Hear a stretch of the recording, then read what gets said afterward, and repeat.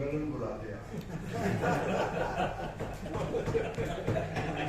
मंच पर भी और सामने और ऐसा अवसर कम मिलता है। मैं इसी को मैं इसलिए उनके प्रति कृतज्ञता व्यक्त करता हूँ क्योंकि अपनी आदत बिगड़ गई है, मेरी आदत बिगड़ गई है और मैं आमतौर पर दोपहर बाद निकलता हूँ घर से, घर में रहता हूँ तो कुछ पढ़ता रहता हूँ। उमेश जी का फोन आया 2-3 दिन पहले कि आपको 11:30 बजे आना है। अब इनके फोन का असर ये था कि मैंने कहा कि जरूर आएंगे और जब हम आज लेट तक उठते हैं, जब हम उठे तो मैंने उमेश जी से पूछा कि ठीक 11:30 बजे आना है या कुछ आप उनको अवसर देंगे? तो इन्होंने कहा कि नहीं, आप 10-5 मिनट देर से आइए। मैं ये समझता हूँ कि इस मंच पर भी और आप सामने भी सब लोग हैं जो आदरणीय योगानंद शास्त्री जी हैं। इनके दरअसल इनके स्वभाव, इनके बड़प्पन, इनका अध्ययन का हम सब लोग जब रिपोर्टर थे तब से आदर करते हैं और आज भी मैं इनके प्रति बहुत आदर भाव रखता हूँ। उसी तरह से रमाकांत गोस्वामी जी हैं जो पत्रकार थे तब और मंत्री थे तब, दोनों में ज़्यादा फर्क नहीं था और अभी भी जब ये बोल कर गए हैं तो आप नहीं पाएंगे कि रमाकांत गोस्वामी बदले हैं। मैं ये कह सकता हूँ कि ये जिस पिता के पुत्र हैं, पता नहीं आप में से कितने लोग मिले हैं, लेकिन मैं गिरधारीलाल गोस्वामी जी से मिला हूँ। दिल्ली का सनातन धर्म वही चलाते थे। 2 नाम होते थे दिल्ली में, एक राम गोपाल सालवाले और दूसरे गिरधारीलाल गोस्वामी, और दोनों बहुत बड़े लोग हैं। और संयोग से जब मैं 1982 में दिल्ली में आया तो मीनाक्षीपुरम में जो धर्मांतरण हुआ था उसको लेकर के हिंदू समाज में जो अंदर से पीड़ा थी, उस पीड़ा को अभिव्यक्त किया गिरधारीलाल गोस्वामी और दूसरे रामगोपाल सालवाले जी ने, और एक विराट हिंदू समाज बना जिसकी अध्यक्षता डॉक्टर कर्ण सिंह ने। और उन दिनों में डॉक्टर कर्ण सिंह के साथ कुछ दिनों तक काम भी करता रहा। इस मंच पर हमारे मित्र, और मैं कहूँगा कि जिनसे हमने बहुत कुछ सीखा है, उमेश जी हैं, उसी तरह से मधुरेंद्र सिन्हा जी हैं, और ये प्रेस क्लब के जो अध्यक्ष हैं उमाकांत लखेरा जी हमारे पुराने मित्र हैं, Vijay Shankar Chaturvedi ji aggregated journalist association के अध्यक्ष हैं। ये मुझे मालूम नहीं था तो मैंने उनसे पूछा और मैं इसके लिए माफ़ी मांगता हूँ, लेकिन मैं बधाई देता हूँ कि आप जो है इसके अध्यक्ष बने हैं और इसका एक आप समारोह भी कर रहे हैं।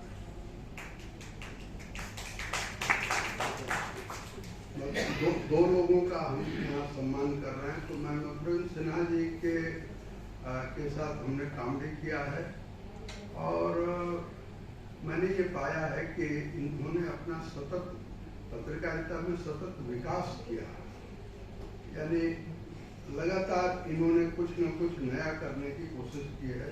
और आज ये इस देश में हिंदी में जो पत्रकार हैं उनमें हिंदी पत्रकारिता में राजनीति की रिपोर्टिंग बहुत हम लोगों का रुचिकर विषय होता है।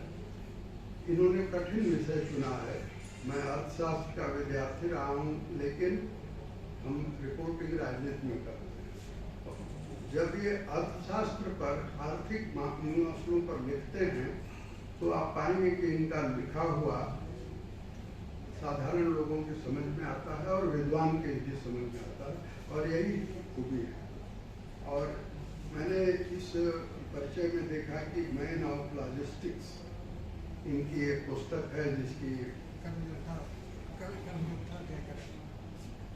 और ये नाम मधुरन ने बताया कि कर्ण योद्धा कर्म योद्धा जय कर्ण, और चर्चित पुस्तक है। उमेश जी के बारे में भी दो एक शब्द में कह करके फिर अपनी बात शुरू करूंगा। सबसे अंत में इनके परिचय में जो दो वाक्य लिखा हुआ है बहुत ही सार्थक है। भाषा उच्चारण पर काम करना इनका शौक है। आवाज और कलम दोनों के सहयोग से ही अब तक का पत्रकारिता का सफर तय किया है, और मैं चाहता हूं कि अभी ये सफर तय कर रहे हैं, मंजिल इनकी दूर है। इसलिए हम लोग ईश्वर से प्रार्थना करें कि उमेश जोशी जी थके नहीं, हारे नहीं और मंजिल तक पहुंचे।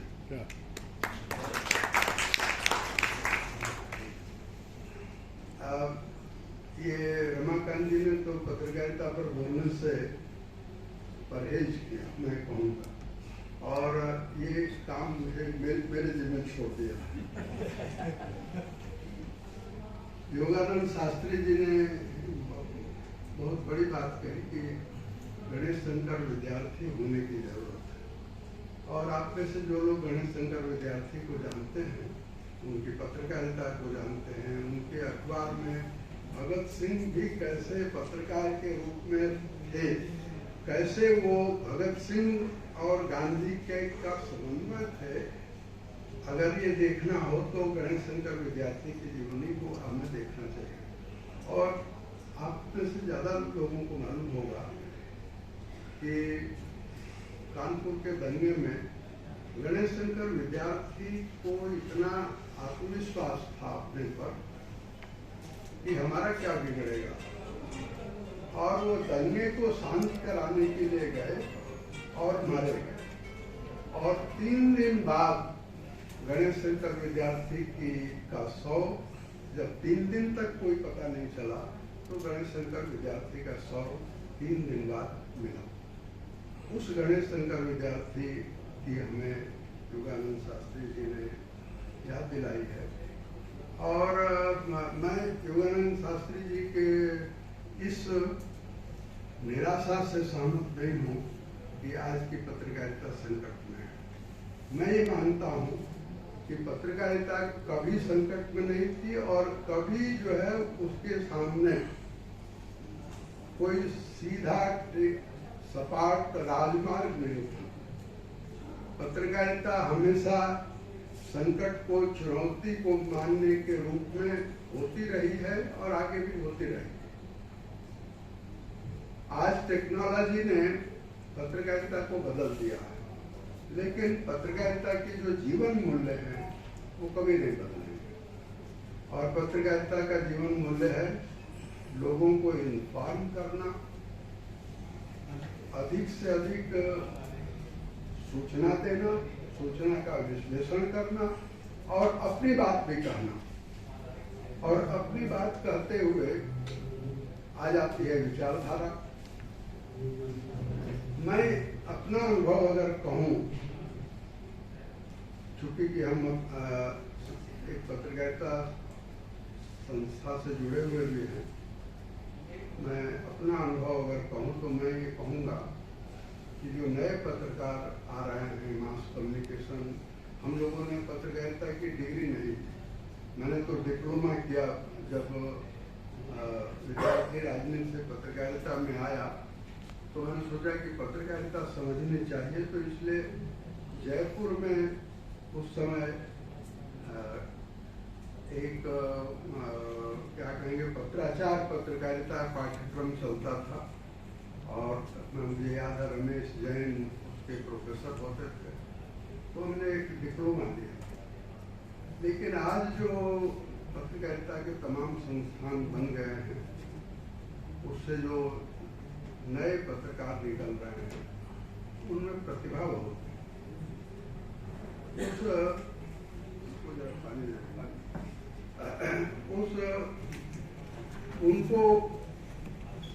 उनको अवसर मिले तो मुझे ऐसा लगता है कि वो अच्छा कर सकते हैं।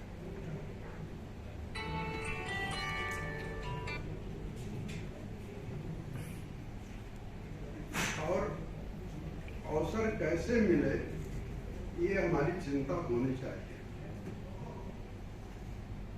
जिनको पत्रकारिता में अवसर मिला है, उन्होंने अच्छा वो करना चाहते हैं तो उन्होंने किया भी।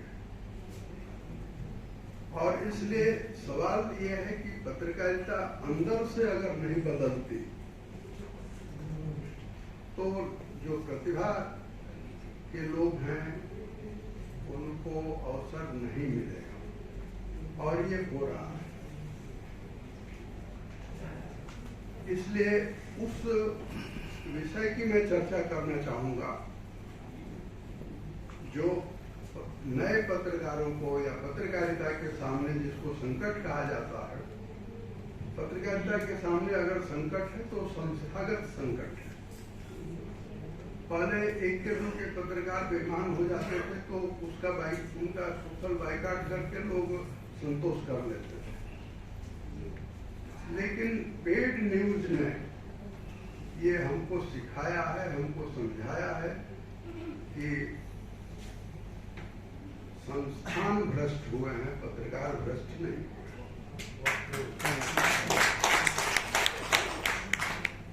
और यही हम अपने जीवन में रोज अनुभव कर रहे हैं कि जिन संस्थानों ने अरुण शोरी पैदा किया, जिन संस्थानों ने देवसागर सिंह जैसे लोगों को पैदा किया, जिन संस्थानों ने दरअसल बीजी वर्गीज जैसे लोगों को पैदा किया, जिन संस्थानों ने प्रभाष जोशी और राजेंद्र माथुर जैसे संपादक दिए, अब उन संस्थानों में संपादक का नाम पढ़ते समय आपको वो कौन सा ग्लास दिखाते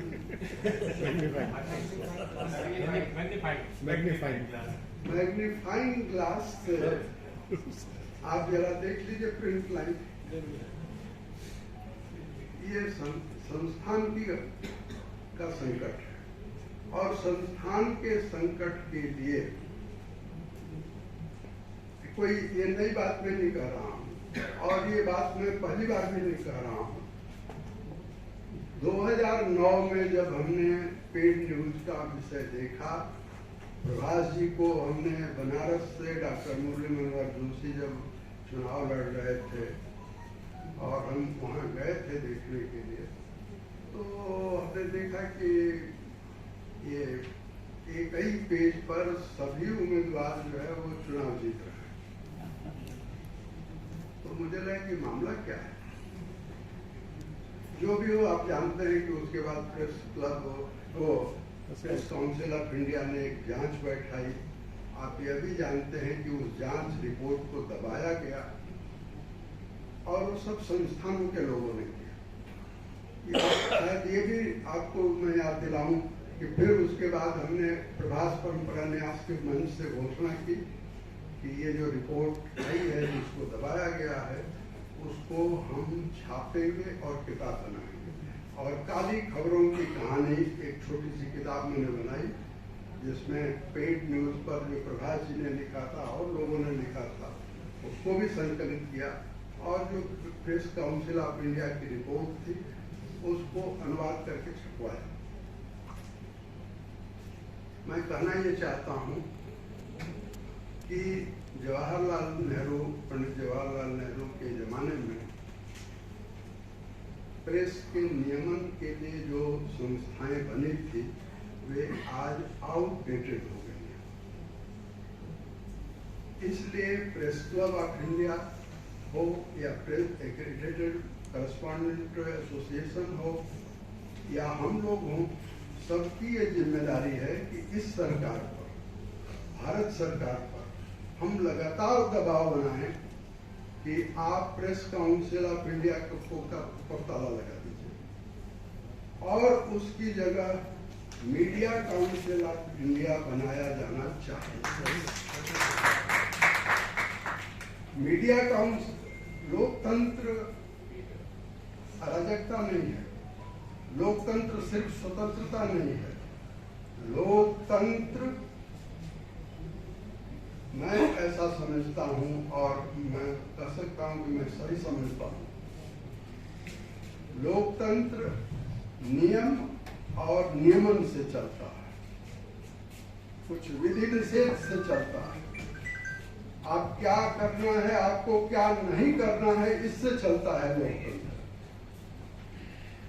मीडिया में जो संकट है वो क्या नहीं करना है उसकी बाढ़ आई हुई है, और क्या करना है उसकी आवाज दब गई है। और इसलिए मैं योगानंद शास्त्री जी की इस बात से भी सहमत नहीं हूं कि धर्म को राजनीति से जोड़ देंगे तो महाप्रलय हो जाएगा। बिल्कुल नहीं होगा। धर्म आधारित राजनीति पैदा होगी तभी जो है हमारा लोकतंत्र भारतीय लोकतंत्र की तरह से आगे बढ़ेगा। हाँ, धर्म माने हिंदू मुसलमान और ईसाई नहीं है। धर्म एक जीवन मूल्य है और उस जीवन मूल्य को महात्मा गांधी ने सिखाया है। मैं ऐसा समझता हूं कि महात्मा बुद्ध के बाद अगर कोई महापुरुष जिसने भारत के जीवन मूल्य को समझाया उसका नाम है महात्मा गांधी। और महात्मा गांधी ने जिस धर्म की परिभाषा की उस धर्म के आधार पर जो राजनीति खड़ी होगी तो आप समझ लीजिए कि योगानंद शास्त्री जी आप जिस उम्र में हैं, 2-4 साल में आपसे छोटा हूं, तो छोटे भाई का अपराध आप स्वीकार करिए, मैंने करिए, लेकिन आप स्वयं भी धर्म के ज्ञाता हैं।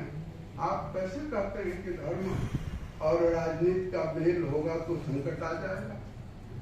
संकट इसलिए है कि धर्म और राजनीति दो समानांतर पटरी पर चल रहे हैं और टकराव मिल नहीं रहे हैं कहीं पर। और मैं इसलिए ये बात कहना चाहता हूं और जरा आग्रह पूर्वक कहना चाहता हूं। उसका कारण यह है,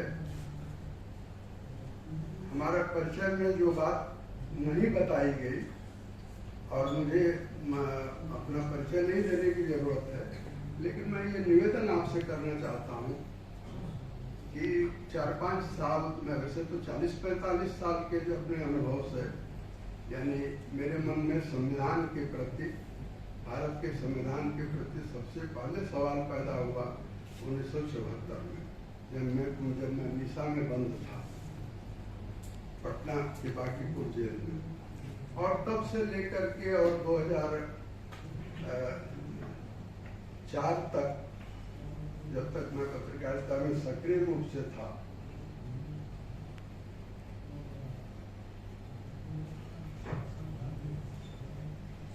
संविधान को समझने और की मैंने कोशिश की और संयोग से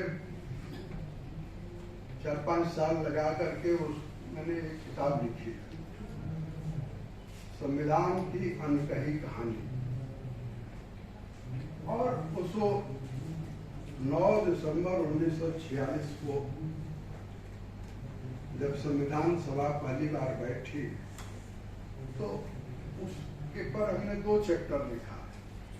एक चैप्टर लिखा है 10 बजे से 11 बजे 1 घंटे का जो समय है, जिसमें संविधान सभा के 208 सदस्य आ गए हैं, 9:30 बजे ही आ गए हैं और अपनी सीटों पर बैठ गए हैं। इंतजार कर रहे हैं कि सरदार पटेल आए, इंतजार कर रहे हैं कि पंडित जवाहरलाल नेहरू आए।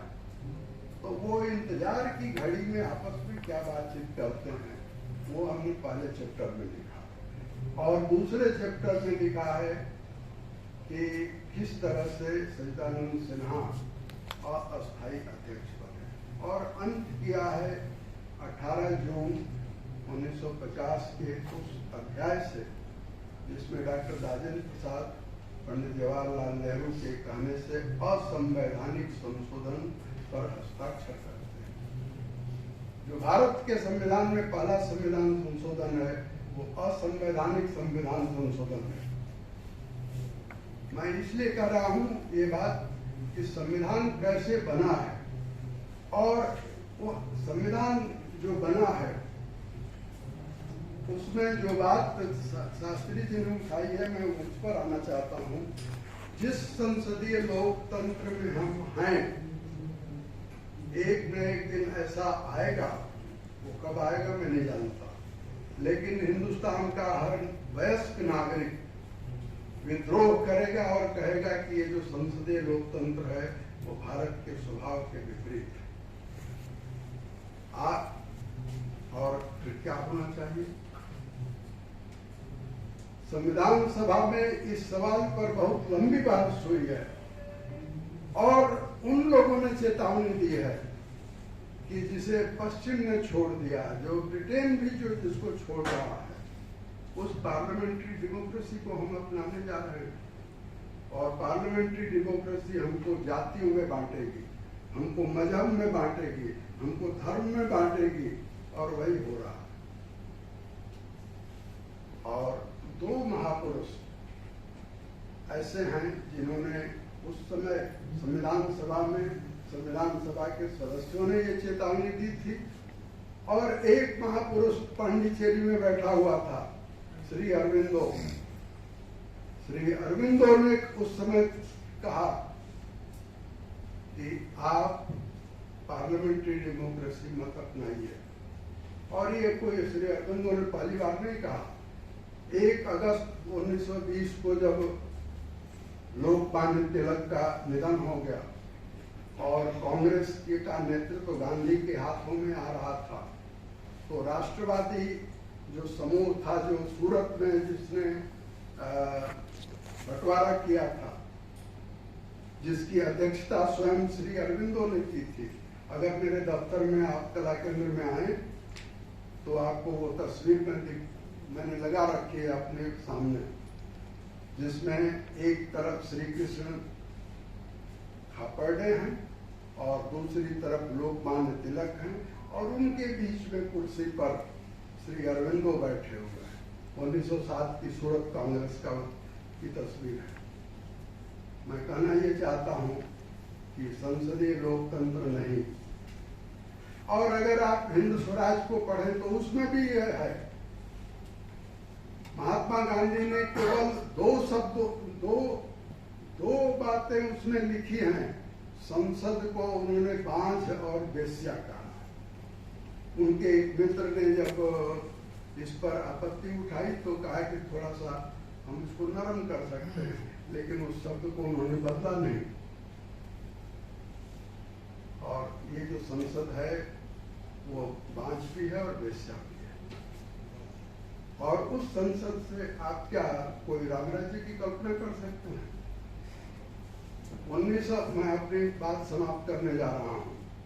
1971 में जब इंदिरा गांधी ने विधानसभा के चुनावों को, विधानसभा से और लोकसभा के चुनावों को पहली बार अलग किया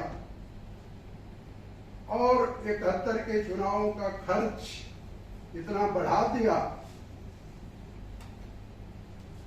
तो उससे जो व्यक्ति चिंतित हुआ उसका नाम था लोकनायक जयप्रकाश नारायण। और उन्होंने बंगलोर में एक बैठक की और चुनाव सुधारों की उन्होंने आवाज लगाई। चुनाव सुधार हो रहे हैं, चुनाव सुधार कुछ आयोग कर रहा है, कुछ सुप्रीम कोर्ट कर रहा है, कुछ एडीआर कर रहा है। पर इन चुनाव सुधारों से मैं आपसे पूछना चाहता हूँ, मैं अपने से भी पूछना चाहता हूँ कि इन चुनाव सुधारों से क्या चुनाव खर्च पर कोई रोक लगी है? दो हमारे मित्र या आदरणीय इस मंच पर हैं, इन्होंने चुनाव लड़ा, और मैं आपसे ये भी कहता हूँ कि मैं लोकसभा के चुनावों को गौर से देखता हूँ। कम से कम 20 करोड़ रुपए एक लोकसभा चुनाव में खर्च होता है, और 20 करोड़ से लेकर 200 करोड़ तक। जो लोग 20 करोड़ रुपया खर्च करके चुनाव लड़ते हैं और संसद में जाते हैं, उनसे आप उम्मीद करते हैं कि वो ईमानदारी की राजनीति करें? उनसे आप उम्मीद करते हैं कि वो जनहित की राजनीति करेंगे। पत्रकारिता यहाँ है, यानी इस राज्य व्यवस्था में संसदीय राजनीति को में परिवर्तन की मुहिम अगर पत्रकार अपने हाथ में लेता है, चाहे जो कुछ हो, गणेशंकर विद्यार्थी की गति को प्राप्त करना हो कर करेंगे, लेकिन ये आवाज उठनी चाहिए कि संसदीय लोकतंत्र हमारे हित में नहीं है। उसी तरह से ये आवाज उठनी चाहिए कि पत्रकारिता संकट में नहीं है, पत्रकारिता के संस्थान संकट में है, और इसलिए नए संस्थान 2023 में और 2023 से 2047 तक के लिए जिस तरह के पत्रकारिता के संस्थानों की जरूरत है, उसकी मांग पत्रकारों के बीच से उठनी चाहिए और मांग नहीं उठनी चाहिए। उसके लिए हमको आंदोलन भी करना चाहिए। मैं जिनका सम्मान हो रहा है उनके सम्मान में अपनी बात पूरी करता हूं और आपने मुझे अवसर दिया, मैं आभारी हूं। धन्यवाद।